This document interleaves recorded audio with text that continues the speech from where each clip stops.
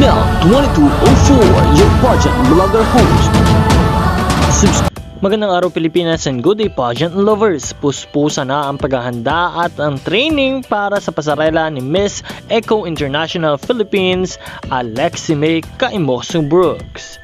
Talaga namang hampasan ang balakang at makikita ang improvement ng ating pambato ng Pilipinas para sa Miss Eco International 2025 competition na magaganap ngayong April. Talaga namang handang-handa na ang ating pambatong si Alexi Brooks at talaga namang aantabayan na natin ang kanyang mga pasabog sa kompetisyon. Nawa ay patuloy nating suportahan ang ating pambatong si Alexi May Brooks at patuloy natin siyang iboto sa lahat ng mga voting lines ng Miss Eco International 2025 competition.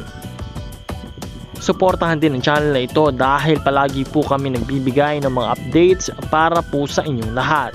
Araw-araw kami nagbibigay at nag-upload ng mga bagong balita at bagong updates para sa ating mga Pinoy Beauty Queens. Maraming salamat sa inyong panonood at maraming salamat sa inyong pag-subscribe.